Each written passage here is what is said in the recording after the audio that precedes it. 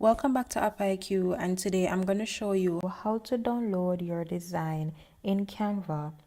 Downloading lets you export your Canva project in different formats.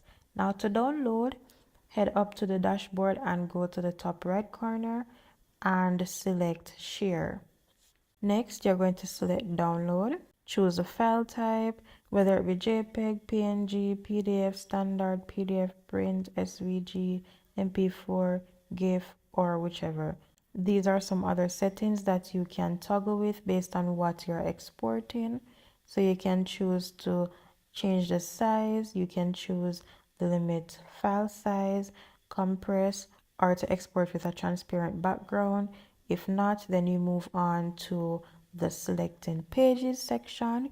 So if it is only one page and it is the current page that you want to export, you select current page. It deselects everything else except for this one, which is what you're looking at right here. And you would select done. And once you're done, you select download and it will be saved to your device.